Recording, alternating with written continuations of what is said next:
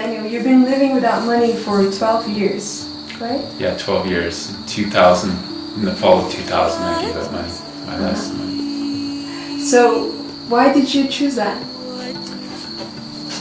That's always a little difficult of a question because there's a lot of different reasons. It's something I actually thought about when I was a kid. I was raised in a fairly religious Christian household, and I often wondered why we never really kept the teachings of Jesus, you know. So that kind of stuck in my mind as a child.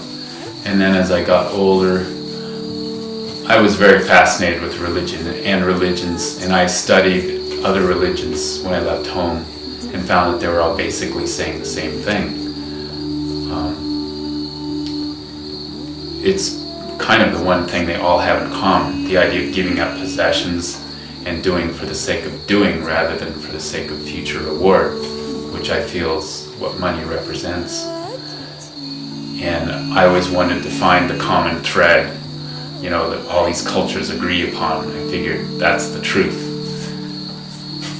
And also, I was kind of a nature freak growing up, and I would look at nature and think, wow, it's so beautiful and it's so balanced, and it functions perfectly without money. And why can't we? What is this money thing?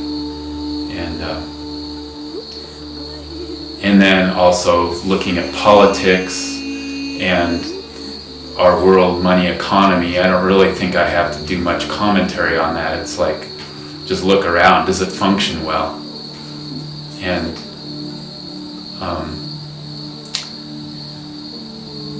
I felt more and more that I didn't want to take part in that. That I wanted to experiment with other ways of living. And looking back at nature again, I realized this when I was traveling in Alaska. I was backpacking and experimenting with living off the land, that basically the natural economy, the gift economy, is a pay-it-forward economy. I don't see anything bartering with even barter. Like, I wanted to get away from even barter. Like, I don't see anything trading and calculating with anything else. It's just like a bear takes a raspberry from a bush, eats it. The bush demands nothing in return. The bear has no sense of guilt, and she moves on to somewhere else, and then she poops out raspberry seeds, feeds organisms in the soil, and on top of that propagates more raspberry plants, and everybody benefits, and the raspberry plant bush gets what it needs in return eventually. In fact, it gets exactly what it needs in return right when the bear takes the berry. And there's no accountant sitting next to the raspberry bush saying, wow, now we gotta keep tabs. You know, how's this bush gonna get paid back? And that's the idea. I feel like, and going back to our Judeo-Christian myth, I was feeling more and more, and also studying it, like studying the Hebrew and everything, I was realizing this is the idea, this is what caused our fall from what we call grace. Grace means gratis, gratitude. They all come from the same root. Grace, gift economy. It's our fall from grace was this consciousness of credit and debt, which I would call knowledge. The archaic term would be knowledge of good and evil. And it's when our mind entered the scene and had to control positive and negative and credit and debt, and that's when we got out of balance with nature. So what does living without money look like, practically? Well, first I would say again, look at nature. That's what it practically looks like. And when I first started doing this, it felt like, wow, this is something strange and new. And now it just feels like this is no big deal. It's just like, is it a big deal that that bird in the tree is living without money, or the worm in the ground. That's just the way nature functions. And I feel like it's just living without money is giving up the sense of worry. I feel like worry is contrary to the laws of nature. And it's basically trust in the laws of nature. You can call it God or universe or whatever you want, but that's what it is. It's living in faith that everything we need comes as we need it, just as it works in the infinite universe. And we've lost touch with that. So it's basically regaining the sense that wherever we are, we're at home, because the whole universe is our home. What about things like food, accommodation, traveling, health? Would you elaborate on that a little bit? Yeah, for food, of course I've experimented with living off the land, but I wanted to bring this idea within the walls of civilization too. I feel like it does no good when we're cloistered away, and I felt like I want to experiment with gift economy within human society. And just like nature, like be a hunter-gatherer within and without civilization. So I decided I would take only what's freely thrown away and freely given out of people's generosity. So I get a lot of food from dumpsters. We have so much waste in this society, and people's generosity. And I also forage, both wild and I glean from people's fields sometimes when I'm hitchhiking. And as far as shelter goes, I primarily camp out. I have 2 camps, one near town with a tent that I found in the dumpster, and the other one, which is my main one, is a cave up the canyon. And sometimes people ask me to house sit, so I'll do that. And then when I'm on the road, I usually carry a tarp, and I camp with a tarp and a sleeping bag.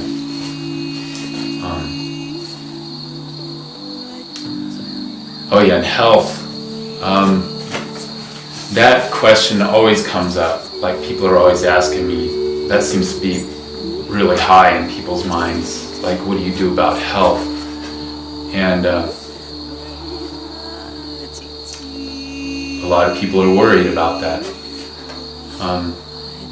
But again, this got me thinking. I used to work in a hospital back in my money days. I was a lab assistant, and I would draw blood all over the hospital, and I'd go into the geriatric ward, and I would see people with tubes in their arms, old people, and I felt like they didn't want to be alive, their families didn't want them to be alive, but we kept them alive for some reason,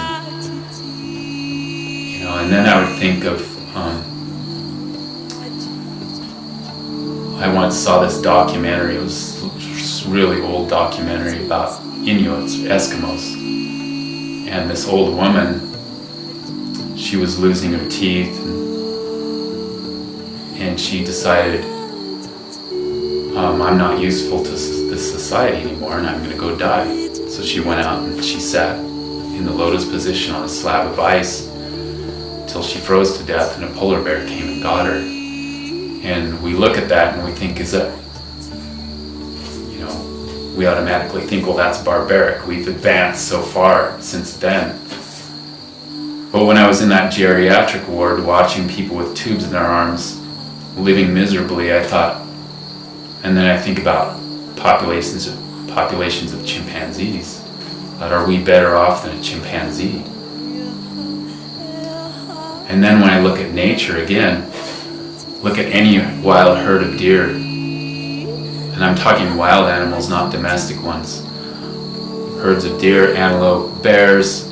How often do we see chronic illnesses how often do we see malnutrition and obesity? And then I look at this wonderful system we've set up, just look around, and the intense human suffering and illnesses, even with our greatest physicians, our technology.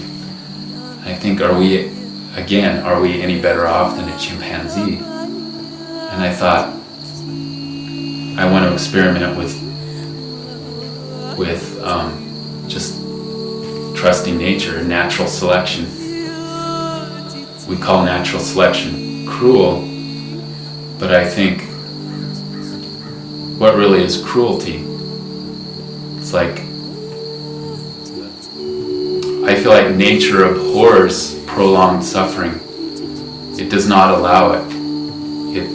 It knocks you off if you've got something chronic, but we somehow perpetuate that. It's like we live day after day, year after year, our whole lives under prolonged suffering, and that I would call cruelty. And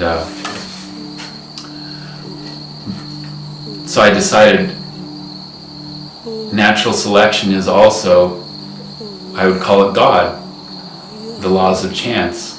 I would call the mind of God, and I will put my faith in that. And if it means I die early in a canyon with a broken leg, so be it. I wouldn't be the first creature to die.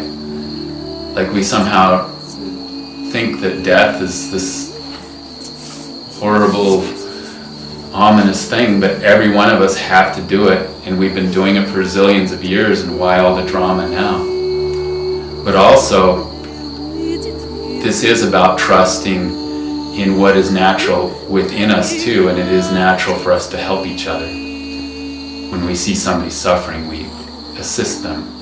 And I decided I will take medical aid if it's freely given. I don't want to take aid that's paid for, if it comes from someone's heart, whether it's a professional or a friend. And I just feel like it'll all work out with that, both natural selection and human compassion. Obviously it worked out for 12 years. Yeah.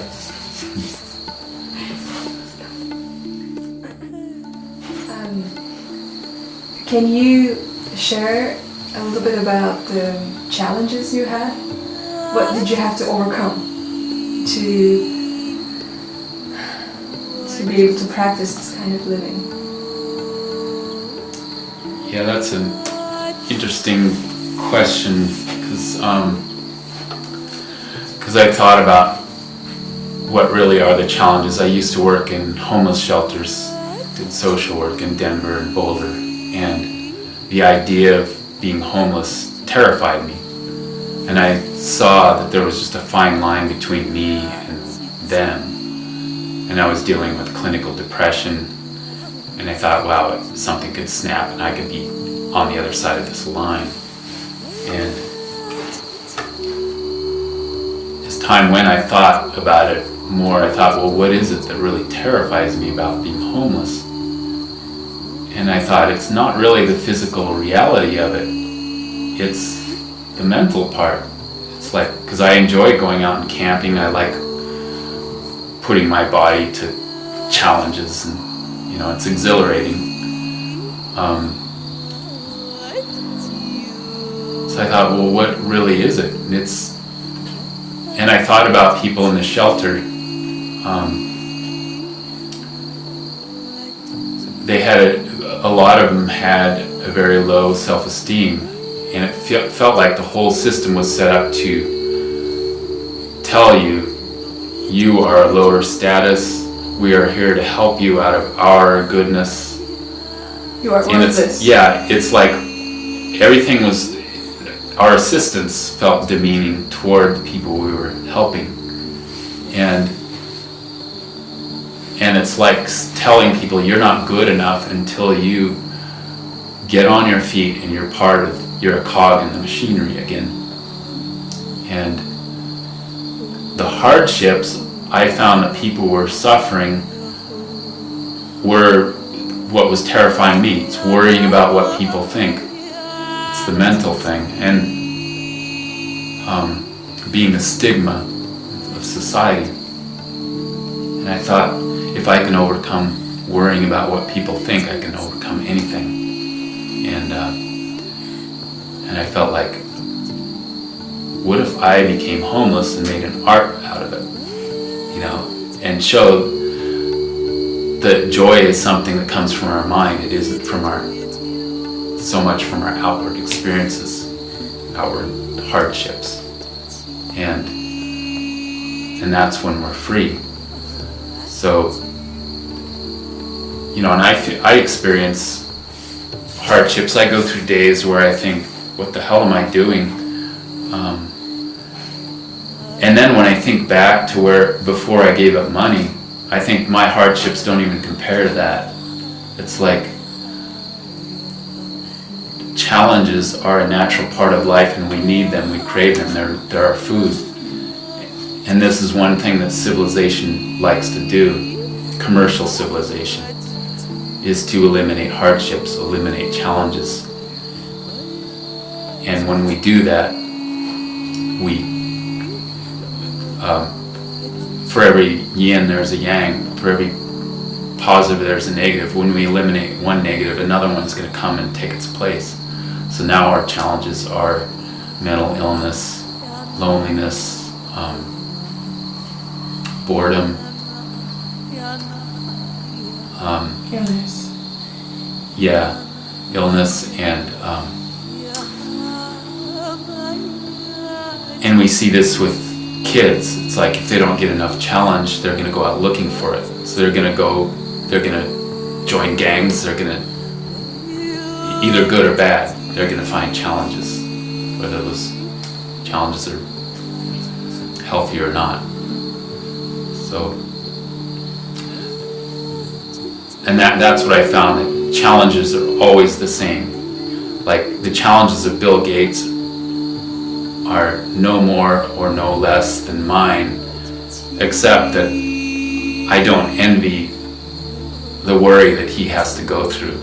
I feel like those challenges are greater, that they're gnawing on us as a civilization.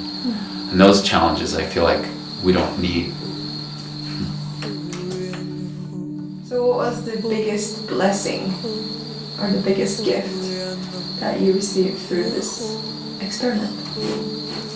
The biggest gift, I would say, is a sense of gratitude, which itself means gift. Like, I think that's what blew me away the most when I first started this, was just feeling like gratitude is our true nature, and it's the way all the universe runs. And I'd hear birds singing and feeling it's like I could understand them, like they're expressing gratitude. The crickets we hear now are expressing gratitude, and we somehow don't understand that in a credit and debt economy. How can you feel gratitude for something you think you earned? And when you realize you didn't earn anything, that everything's a gift, then you have a sense of gratitude. And whether it's something from a dumpster or an apple from a tree or whatever. And I think it's quite ironic that we go to a store and we go to the clerk, and everyone just automatically, politely says, thank you. And sometimes it's genuine, but most of the time I feel like it's not. And I almost feel like we're saying thank you to replace that sense of gratitude that we lost. Yeah, this is kind of an argument that people often give me, the idea of gift or something that's free. Like if something's free, it's devalued, which is true. That's the way we've been programmed from birth. And I often hear this from spiritual teachers. They say, well, I have to charge for the spiritual teaching because people will devalue it if I don't. And but I feel like that just perpetuates the disease that we have to get to the core of, back to where our true nature is, where we value everything. An infant values everything. Everything is awesome. You look at a little child, everything is just exciting and beautiful and free. And as soon as we get into this credit debt mentality, we start thinking, this is valuable and this is not.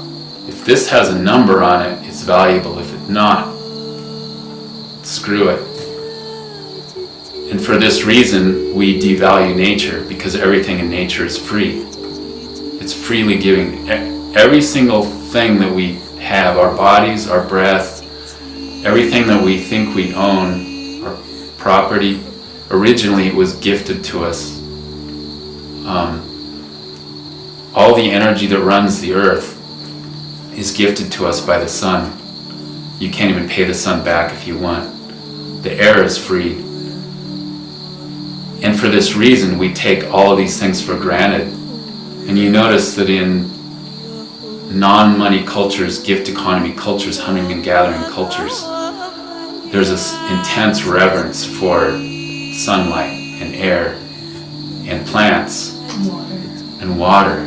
You realize that you have this sense of gratitude. It's back to that. And that's what we have to instill again, is this sense of gratitude. Why is it that the only way we'll value a forest is if we call it timber? If we see it as a commodity. Or a resource. Or a resource. Yeah, we call it, yeah, I don't know if the sign is still in Utah, like when you're coming into Utah, a land of many uses. You know, why not just value everything for what it is? And I feel like this is the point of living this way. Sure, you can temporarily get somebody to value something, but even then they don't. When they get bored with it, they chuck it. You know, it's like all these things that we're supposed to value, like go to a dollar store, all these sweatshop toys. Kids will play with them for 3 or 4 days, they get bored with them, and they go in a dumpster. And there was some child that worked sun up to sundown to make that. So that argument does not hold in the long run. This idea that if you put a number value on it, charge for it, it will be valued.